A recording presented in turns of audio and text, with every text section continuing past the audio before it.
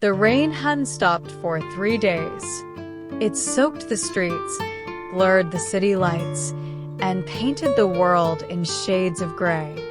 For Sophia, it felt like the city itself was mourning something unseen, something she had only just begun to understand. Zayd's disappearance lingered in her mind like a wound that refused to heal.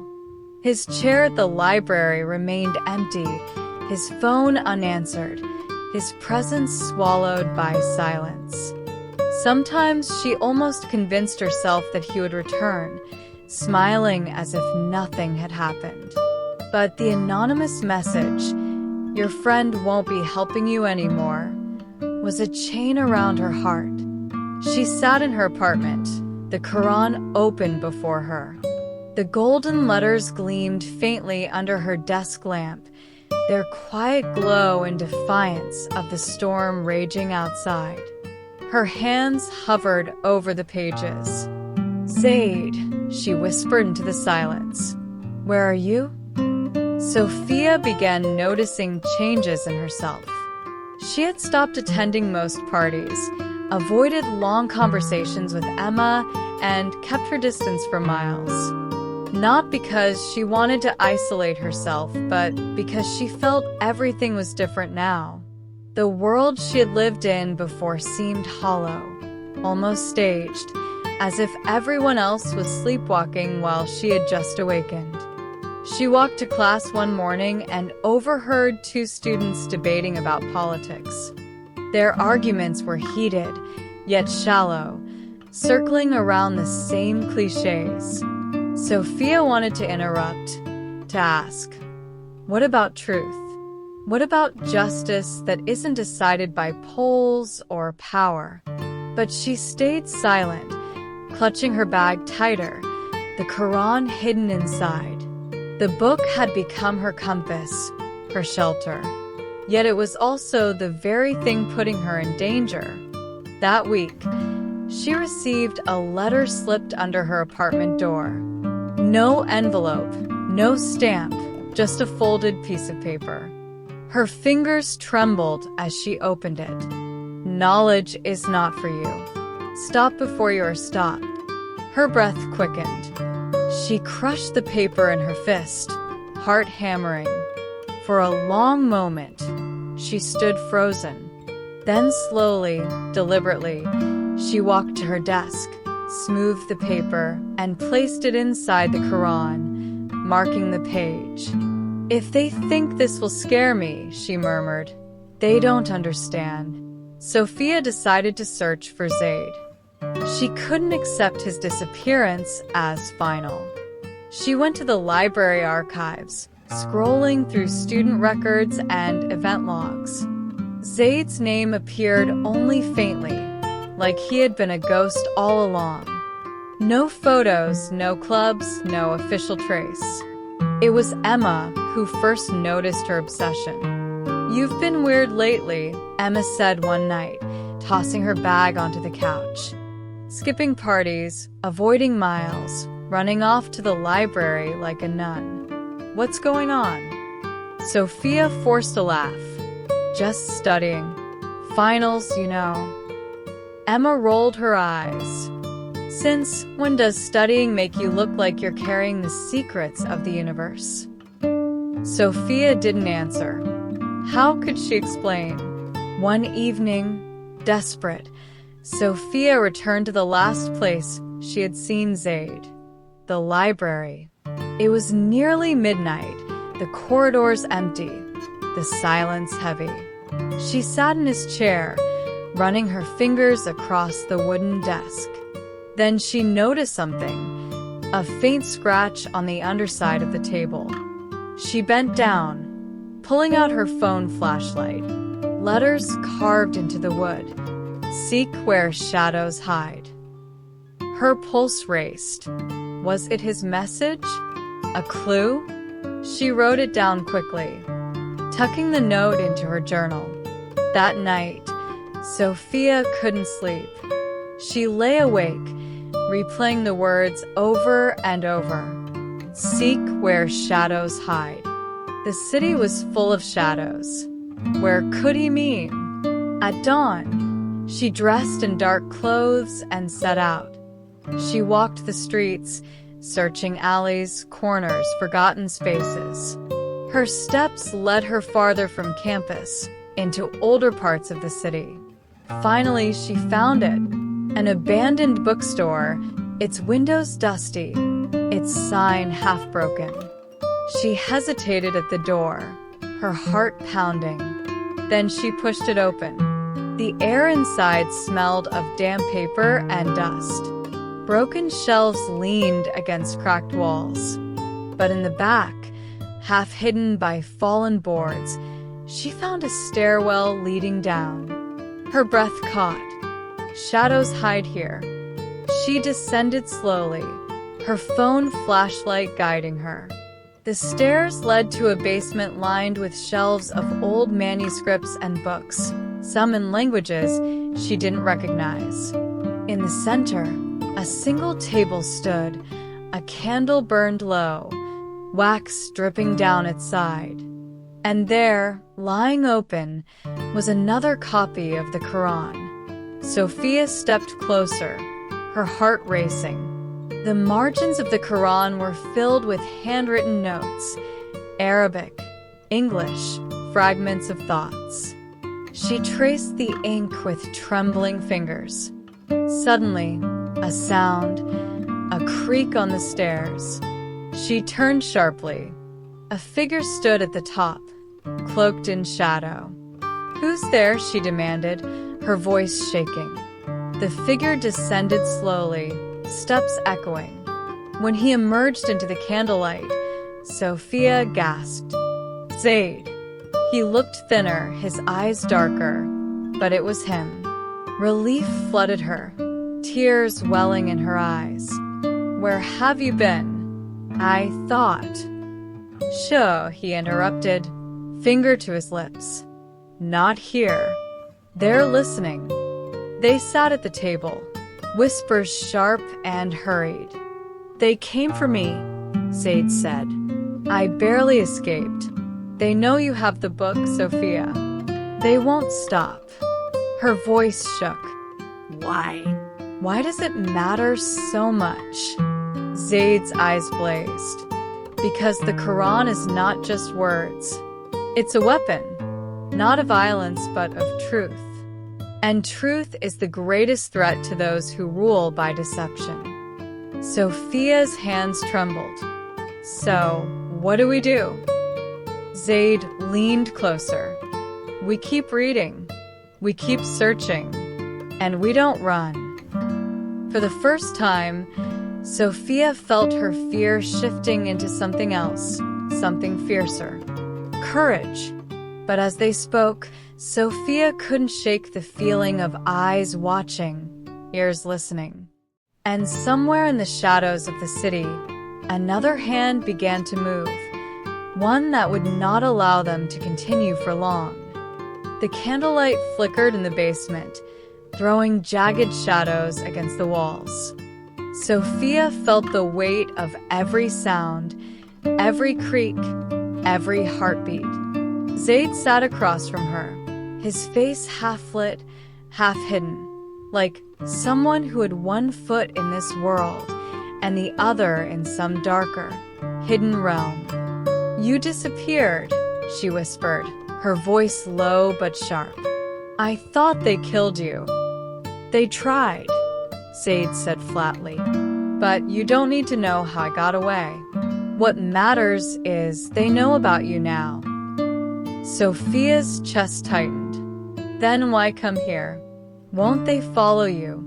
"They already follow both of us," Zayd replied, leaning closer. "But the shadows can't control what's already been awakened. The more you read, the harder it becomes for them to silence you." Sophia pressed her palms together, trying to steady her breath. "They left another warning. A letter. They want me to stop." Zayd's lips curled into a grim smile, "Which means you're on the right path." They pored over the Qur'an spread out on the table, the handwritten notes filling the margins. Some were Zayd's, others from hands Sophia didn't recognize. "These aren't just commentaries," Zayd explained. "They're traces of people who came before us. Students, seekers, even scholars. Each one left behind pieces of their journey. This basement is one of many places where truth hides." Sophia brushed her fingers across the ink. Some words were blurred, as if erased in haste. Others were scratched out violently, as though someone wanted to bury them forever. "Who built this?" she asked. Zayd hesitated. "People who believed that one day, someone like you would come searching." Her heart skipped. "Me? Why me?" "Because you're not supposed to be here," he said firmly. "Not in this path, not in this text. You're the one they never expected. That makes you dangerous." Later that night, when Sophia returned to her apartment, she found the window cracked open. She knew she had locked it. The room smelled faintly of smoke. On her desk, her journal lay open, not where she had left it. Her eyes darted to the last entry. A single line had been added in handwriting not her own. "He is lying to you." Sophia's throat tightened. She slammed the journal shut, locking it in her drawer. Her mind spiraled. Who? Zayd? Miles? Someone else? She didn't sleep that night. Every creak of the apartment, every hum of the radiator felt like an intruder's breath. The next day in class, Miles stood at the front, lecturing with his usual smoothness. But Sophia couldn't shake the thought of the journal. When his eyes lingered on her longer than usual, suspicion burned in her chest. After class, Miles approached her.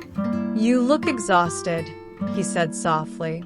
"Too much studying?" She forced a smile. "Something like that." His gaze sharpened. "Be careful who you trust, Sophia. Not everyone who speaks of light is free of shadows." Her blood ran cold. The same words she had read in her journal the night before. She stammered. "What do you mean?" Miles only smiled faintly, as if amused. Some truths bind more than they free. That evening, she rushed back to the basement, slamming the door behind her. "You were in my apartment," she accused Zayd, her voice trembling with fury. "You wrote in my journal." Zayd's eyes widened. "What are you talking about?" "The words." "He is lying to you." "Was it you?" His face hardened. "No." "Sophia, listen to me. That's their game. They want to break us apart. If you start doubting me, they win." Sophia's hands shook. She wanted to believe him, but the coincidence was too sharp, too perfect. "How do I know?" she whispered. "How do I know you're not one of them?" Zayd's jaw clenched. "Because if I were, you'd already be dead." The silence that followed was heavier than stone.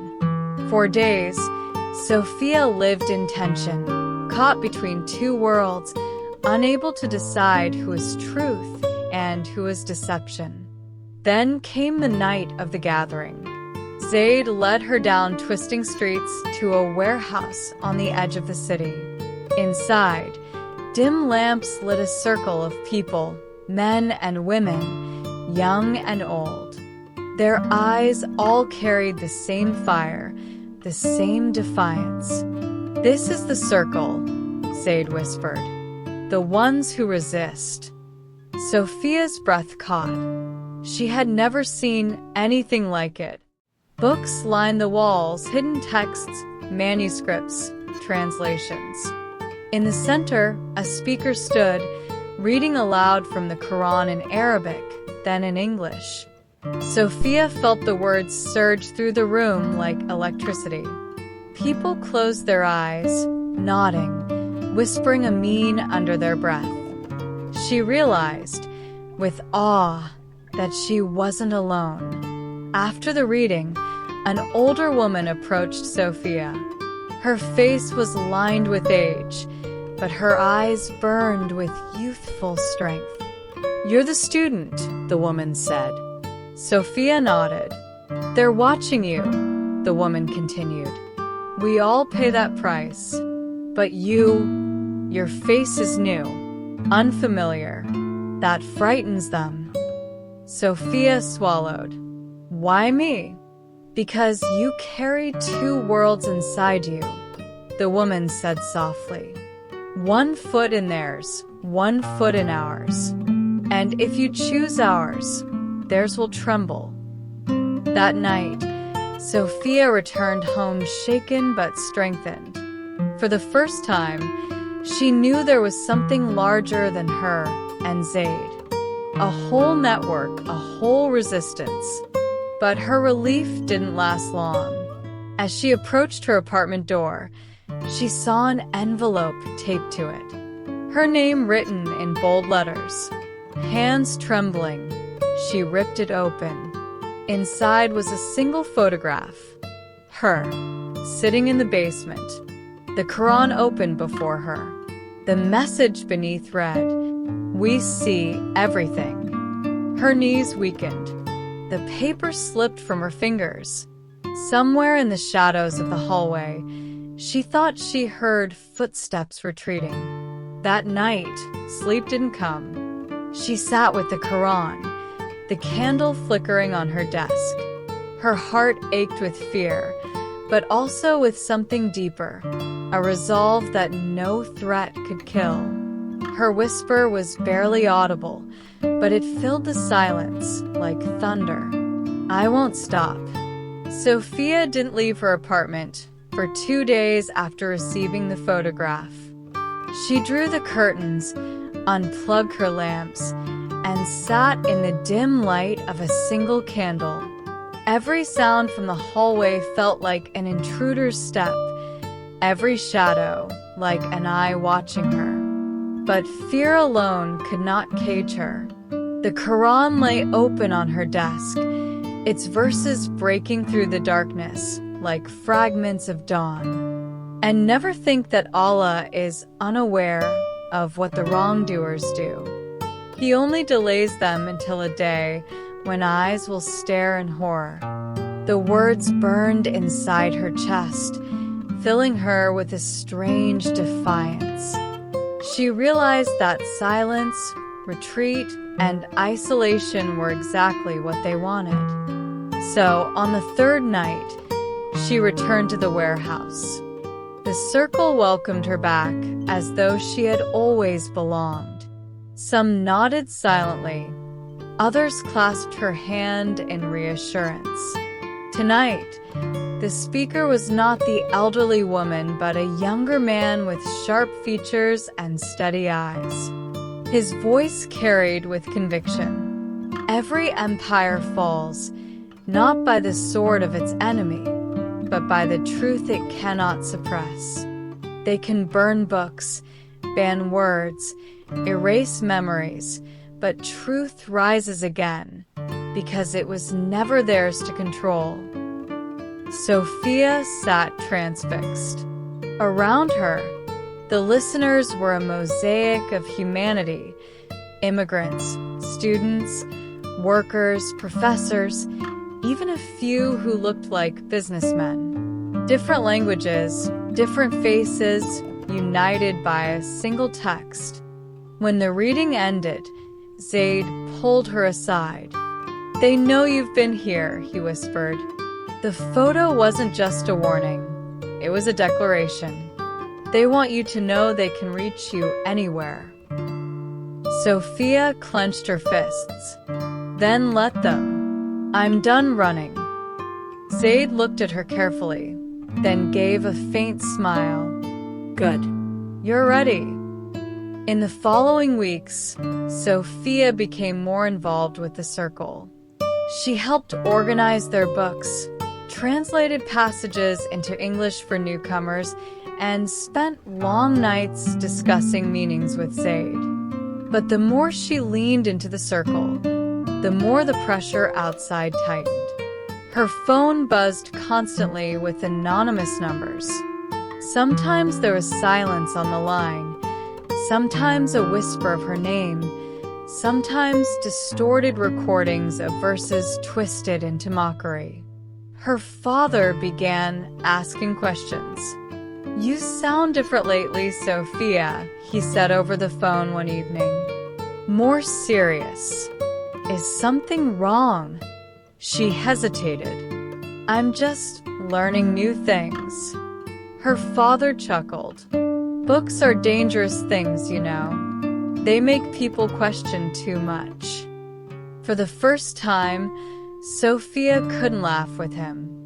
One evening, Zayd handed her a folder. "Take this home," he said. "Don't open it until you're alone. It will explain everything." Her pulse quickened. She carried the folder back like it was made of glass. In her apartment, she closed the curtains, locked the door, and set it on her desk. Inside were photographs, articles, maps, handwritten notes.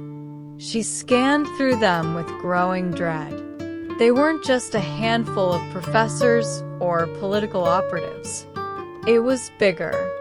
Networks of influence, money trails, surveillance programs, cultural manipulation, an entire machine designed to bury the Qur'an beneath layers of distraction, distortion, and ridicule.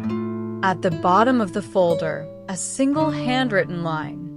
"The war is not against flesh and blood, but against lies." Sophia sat back, the air heavy in her lungs. The scope was too vast, too overwhelming. And yet, for the first time, it all made sense. The next day, she walked to class with her head high. Miles caught her in the hallway, his smile sharp as ever. "You've been keeping secrets, Sophia." Her stomach tightened. "What do you mean?" He leaned closer. "You've chosen your side." Her breath caught. "He knows." Miles's voice dropped to a whisper. "Careful. The side you've chosen doesn't win." Sophia met his gaze, steady and cold. "Not yet." For a moment, his mask slipped, just a flicker of surprise. Then he smiled again, as smooth as glass, and walked away. That night, Sophia returned to the basement, folder in hand. "They know," she told Zayd. "Miles knows." Zayd's face darkened. "Then it's begun." Begun? The stage where they stop warning and start acting. Sophia's chest tightened. "Then what do we do?"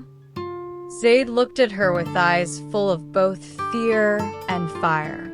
"We endure." The attack came sooner than Sophia expected. It was a Friday night, and the circle gathered as usual in the warehouse.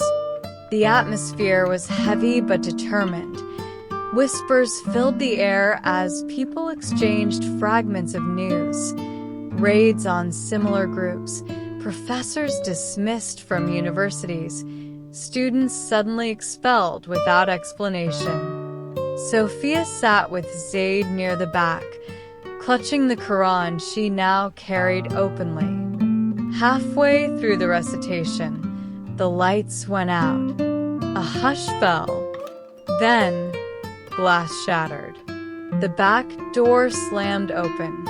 Dark figures flooded in, faces hidden, movements sharp and precise. Sophia froze. Panic surged through the circle. Books fell, chairs scraped, people cried out. One of the intruders barked an order. "Seize the texts. Destroy the rest." Hands grabbed Sophia's arm. She struggled, clutching the Qur'an against her chest. No. Let go. Zayd pulled her free, dragging her toward a side exit. But the intruders were everywhere, spreading like fire through the room. The sound of tearing pages filled the air. Sophia's scream tore from her throat. They escaped into the rain-soaked streets, breathless, drenched, hearts pounding. Behind them, the warehouse burned with light, flashlights, flames, chaos. Sophia collapsed against a wall, clutching the Qur'an, shaking uncontrollably. "They found us," she gasped. "They found everyone." Zayd's jaw clenched. This was inevitable. Tears streamed down her face. People were hurt. The books. "They can destroy buildings," Zayd interrupted, his voice fierce. "But not the truth. Remember that." Sophia looked at him, her body trembling. "What happens now?" Zayd's eyes locked with hers, fire in their depths. "Now," he said slowly, "we stop hiding." That night, Sophia wrote in her journal, "Fear no longer rules me. I've seen what they fear most, not our bodies, not our voices, but the words that free the soul. If they want war, then war is what they'll have." But even as she wrote, she felt it, that crawling sense that eyes were on her. The window reflected the faint glow of her candle, and a shadow that didn't belong to her. She spun around. The room was empty, but a slip of paper now rested on her desk, one she hadn't placed there. Her blood ran cold as she read the words. "Next time, you won't escape." She clutched the Qur'an to her chest,